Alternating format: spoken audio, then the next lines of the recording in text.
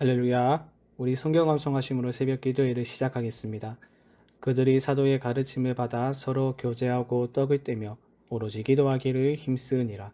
날마다 마음을 같이하여 성전에 모이기를 힘쓰고 집에서 떡을 떼며 기쁨과 순전한 마음으로 음식을 먹고 하나님을 찬미하며 또 온 백성에게 칭송을 받으니 주께서 구원받는 사람을 날마다 더하게 하시니라.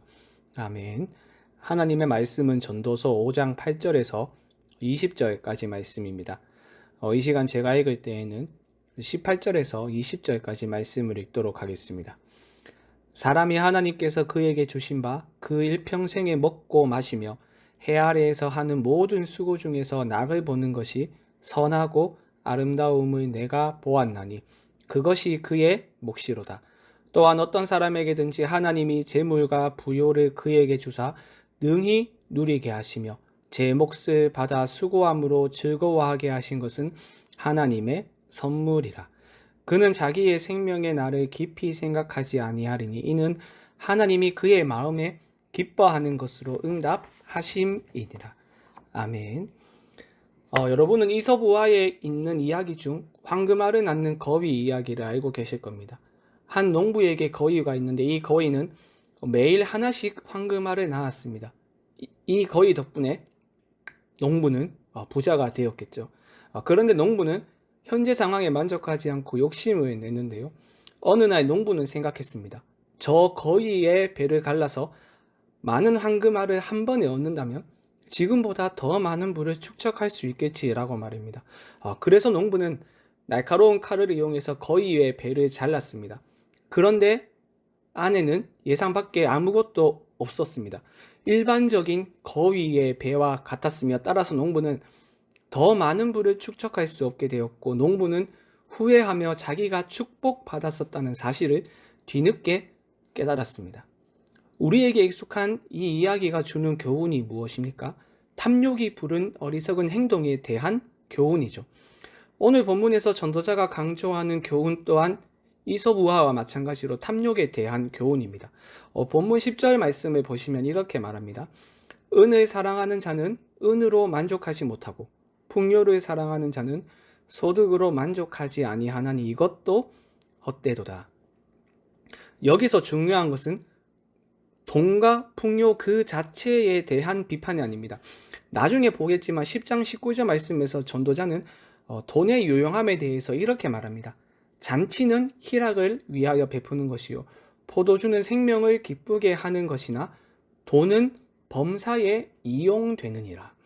오늘 본문에서 전도자가 비판하고 있는 것은 돈과 풍요를 가치 중립적으로 이용하고 생각하지 않고 돈과 풍요를 사랑하는 인간의 부패한 마음에 대해서 말하고 있으며 이것이 헛되다고 말하고 있습니다.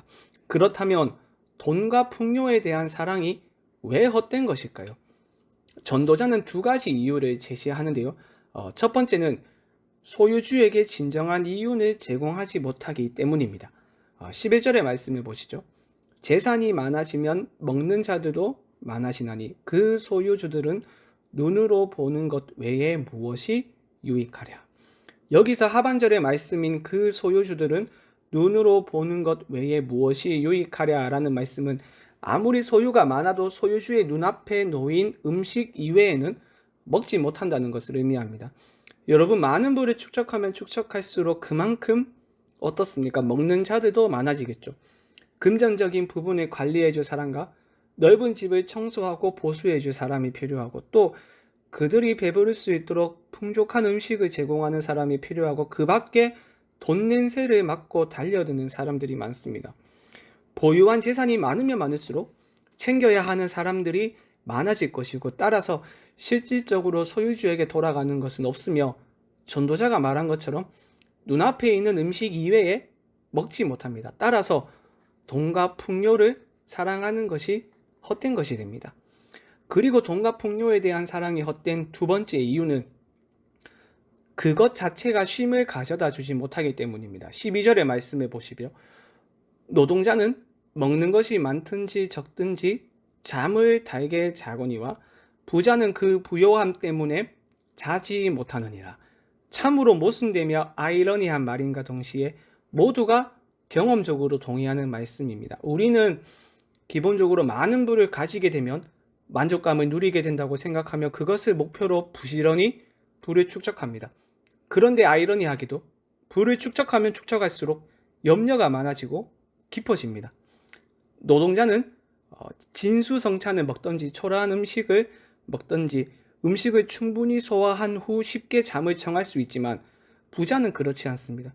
축적한 부 때문에 음식의 종류가 많아지고 음식의 질 또한 분명히 좋아지지만 마음 편히 잠을 자지 못합니다. 왜냐하면 가지고 있는 부가 많은 만큼 거기에 더 많은 에너지를 쏟기 때문입니다. 혹시 내가 잠든 사이에 도둑이 들어와서 물건을 훔치지는 않을까 하는 염려들 때문에 제대로 쉼을 누리지 못합니다. 바로 이런 이유로 돈과 풍요를 사랑하는 것이 헛된 것이라고 전도자는 말합니다. 돈과 풍요를 사랑하는 마음에 대한 전도자의 비난은 여기서 끝이 아닙니다. 13절 상반절을 보시면 전도자는 이렇게 말합니다. 내가 해 아래에서 큰 패단되는 일이 있는 것을 보았나니 라고 말합니다. 여기서 패단되는 일로 번역된 단어를 고통스럽게 하는 악으로 바꾸어 번역할 수 있는데요. 전도자는 13절에서 17절 말씀에서 이러한 이유를 4가지로 제시하는데 이 중 15절과 16절 말씀을 보시면 죽음과 연결해서 설명합니다. 15절과 16절을 보시죠. 그가 모태에서 벌거벗고 나왔은즉 그가 나온 대로 돌아가고 수고하여 얻은 것을 아무것도 자기 손에 가지고 가지 못하리니 이것도 큰 불행이라. 어떻게 왔든지 그대로 가리니 바람을 잡는 수고가 그에게 무엇이 유익하랴. 이것은 많은 부를 축적한 부자뿐만 아니라 모든 인간에게 적용되는 말씀이죠. 부한 자든 가난한 자든 죽음은 모든 인간에게 찾아오는 비극입니다. 세상의 모든 이치가 불공평하지만 죽음만큼은 동서고금을 막론하고 또 지위고하를 막론하고 모든 인간에게 적용되는 공평한 겁니다. 아무리 막대한 부를 가지고 있더라도 생명을 조금 연장할 수는 있겠지만 결코 죽음을 피할 수 없습니다. 어떤 예고도 없이 도둑처럼 불쑥 우리 삶 가운데 찾아오는 이 죽음 앞에서 인간의 손에 쥐어져 있던 것은 결국 바람처럼 사라지고 맙니다. 평생을 수고하여 몇 천억 아니 몇 조의 재산을 모았다 하더라도 10원 아니 1원도 가져가지 못합니다. 전도자가 말한 것처럼 벌거벗고 나온 인간은 결국 벌거벗은 채로 돌아갈 뿐입니다. 이 헛된 인생 앞에서 인간은 어찌해야 하는 것일까요? 여기까지만 보면 전도자의 주장은 허무주의 또는 염세주의처럼 보이지만 우리가 읽은 말씀을 다시 보면 전도자는 헛된 인간의 인생 속에서 하나님이 각 사람에게 주신 선물을 즐거워해야 한다고 말합니다. 19절의 말씀을 다시 보시죠. 또한 어떤 사람에게든지 하나님이 재물과 부요를 그에게 주사 능히 누리게 하시며 제 몫을 받아 수고함으로 즐거워하게 하신 것은 하나님의 선물이라. 여기서 중요한 것은 각 사람에게 제공되는 하나님의 선물이 다르다는 겁니다. 이것은 각 사람의 도덕성이나 종교성에 따라 공로로 제공되는 것이 아닙니다. 그렇다면 선물이라 할 수 없겠죠. 하나님은 어떤 사람에게 많은 부를 주시고 또 어떤 사람에게는 적은 양의 부를 주십니다. 중요한 것은 그 분량이 어떻든 내게 주신 하나님의 선물에 만족하며 그것을 기뻐하고 즐거워하는 삶을 사는 것입니다. 사랑하는 여러분, 결국 어떻게 하면 돈을 사랑하지 않으면서 만족을 누릴 수 있을까라는 질문에 대한 답은 내게 있는 것을 하나님의 선물로 여기며 즐거워하는 것입니다. 생각해 보십시오. 하나님은 이미 우리에게 많은 것들을 주셨습니다. 그런데 우리는 어떻습니까?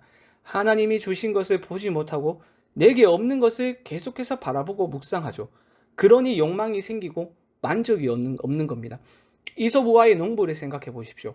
황금알을 낳는 거위를 가진 것 자체만으로도 이미 로또에 당첨된 것이나 다름없지만 헛된 욕망에 사로잡혀 어리석은 짓을 하지 않았습니까? 그러므로 여러분, 헛된 욕망에서 벗어나 하나님이 이미 우리에게 주신 것들을 기뻐하며 그 속에서 참된 만족을 누리실 수 있기를 주님의 이름으로 축원드립니다. 우리 함께 말씀 생각하며 합심으로 기도하겠습니다. 헛된 욕망을 쫓아 살아가는 것이 아니라 하나님이 주신 것들을 기뻐하며 그 속에서 참된 기쁨과 만족을 누리며 살아갈 수 있도록 붙들어 주시옵소서. 수요일은 선교와 전도를 위하여 기도하는 날입니다. 캄보디아의 김영신 아는양 선교사님, 인도네시아의 김인성 이성수 선교사님을 비롯하여서 우리가 후원하는 모든 선교사님의 가정을 붙들어 주시고 그들의 사역 가운데 은혜를 부어 주시옵소서. 마지막으로 행복의 초대의 은혜를 주셔서 감사합니다. 우리 교회가 영혼을 구원하여 살리는 이 교회의 본질적인 사명을 잘 감당할 수 있도록 은혜를 주시고 필요한 모든 것들을 채워 주시옵소서. 이 외에도 개인의 기도 제목을 가지고 자유롭게 기도하시면 되겠습니다. 주님의 이름을 한번 부르고 자유롭게 기도하겠습니다. 주여